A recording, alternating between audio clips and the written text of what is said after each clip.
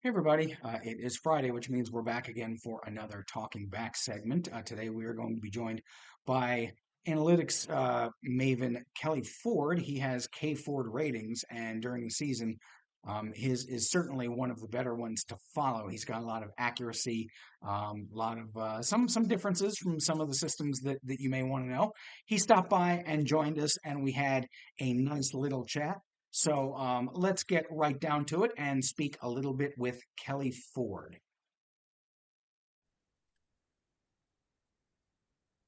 All right, everybody. We are joined today by Kelley Ford from thelines.com. And during the season, he has some outstanding numbers where he puts together a power rating. It's a little bit different than some of the others you might see out there, SP Plus and the FPI. And there's a bunch of numbers out there. And his is one of the best. So we're going to chat with him a little bit with the season coming up and just kind of see what goes in his process and all that stuff. So Kelley, thanks for joining us. What really when did the light bulb kind of go on and say, hey, I love college football and I love numbers and I want to kind of put this stuff together? Yeah, Michael, I appreciate it. Thanks for having me on. I'm really excited to do this here with you today. The light bulb kind of went on for me back in 2017-ish. So my background, mechanical engineering undergrad, I've always had a knack for the numbers, math, science, kind of my stronger suits.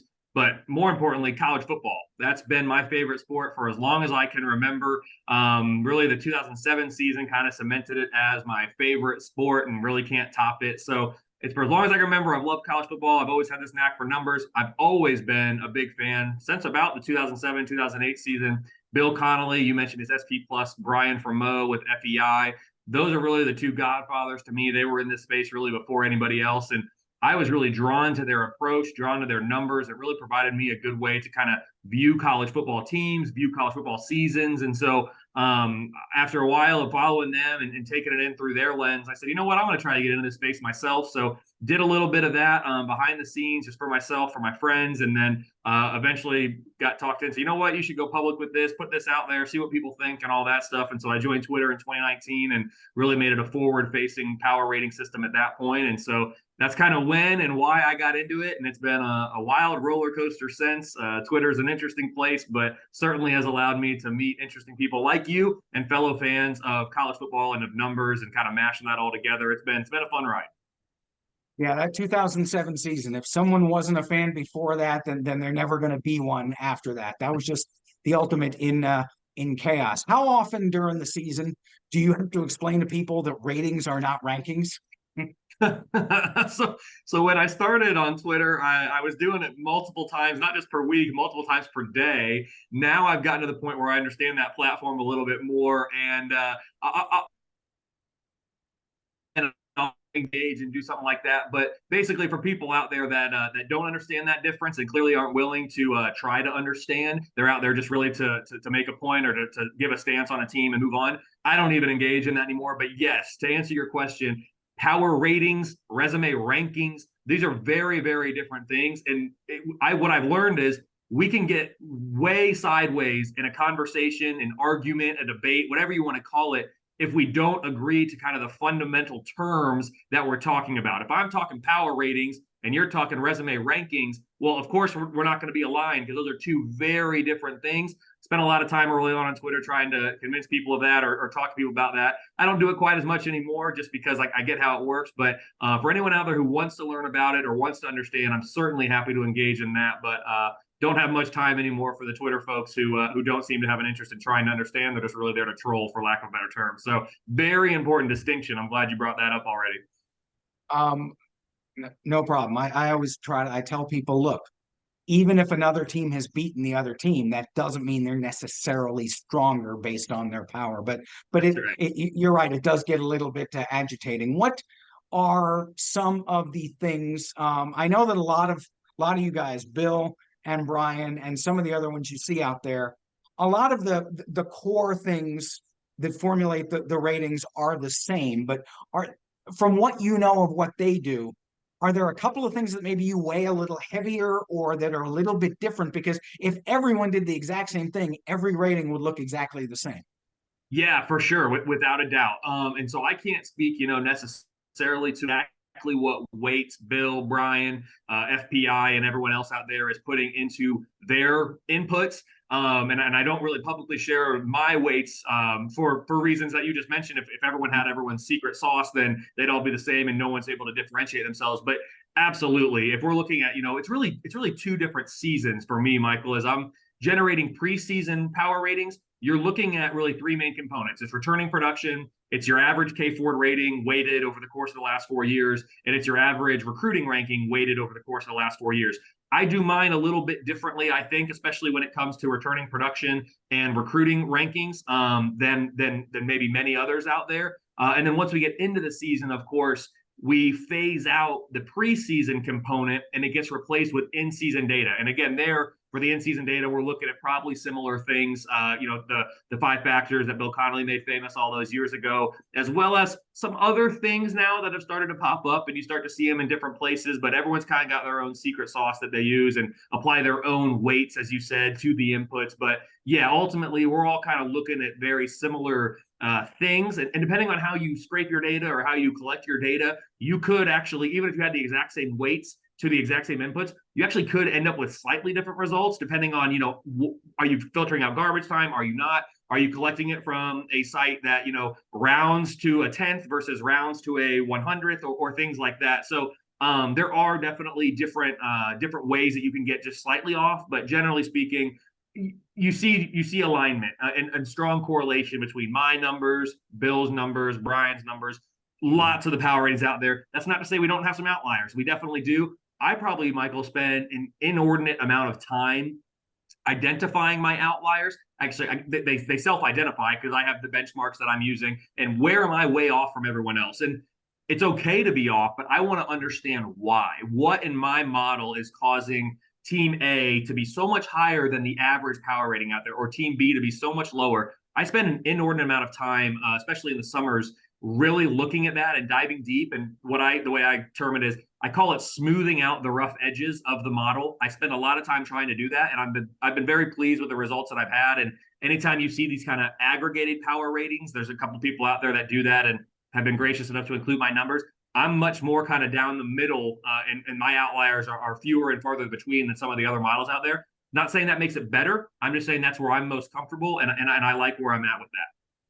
Right. Well, I mean, I have fooled around some with my own. They're very light. They don't have a ton of data. It's mostly yards per play, or points per play, points per drive, turnovers. I know there are people who use 10 factors. Some use 3 or 4. I'm not a math guy, so I'm just looking at the stuff I can find in the box scores and do it that way. But the one thing that I noticed is by doing things like this, I may have an expectation in my head. You know what? I think that Florida is really good, or I think that Boise State isn't as good as they think, but the numbers actually say otherwise. How difficult is it to check what you see about a team and the numbers may tell you differently? That is such a good question, Michael. And I struggle with it tremendously because, as I mentioned, I do have, my brain is wired like an engineer's would be. And so it's very math, science, analytical, detail oriented. I am very much connected to the K Ford ratings, but Kelley Ford, the person, I've been challenged over the years and I'm continuing to challenge myself. Kelley Ford, the person, can have an opinion that is separated from the K Ford rating model. And so I struggle with that. I do, as I said, for a long time, I have viewed college football teams, games, seasons, conference races, national championship races through the eyes of numbers, through the eyes of analytics, if you will. And now having my own power rating set that I'm able to use and really focus in on, that continues to be the case. But I know where my model's blind spots are. I know what my model's weaknesses are. And so if I'm looking at it and seeing, oh, yeah, Team A, they're really way up there.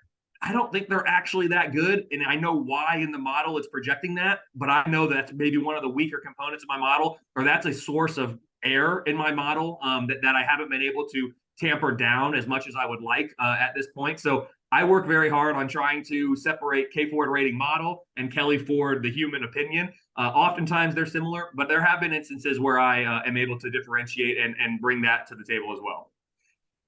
Yeah, that's I mean, I don't go too heavily into mine because like I said, I am more, I like to think that I can sort of figure out by teams playing each other who's decent and who isn't. I know that you've got strength of schedules and all that stuff, but I know that you also do, in addition to this, you have a fairly full plate, certainly during basketball season when things take center stage, but you have another little side gig, or is maybe that your full-time gig? Yeah, so the ratings are absolutely my side gig, if you will. My full-time job is actually, you mentioned basketball, a heavy component. I am an associate commissioner at the Horizon League, which is a Division I conference office located in Indianapolis. People out there listening to this are probably, big time college football, FBS football fans. Think of the Big Ten, think of the SEC, think of, you name the MAC, you name the conference. The Horizon League functions in the exact same manner as any of those other conferences that you've heard of.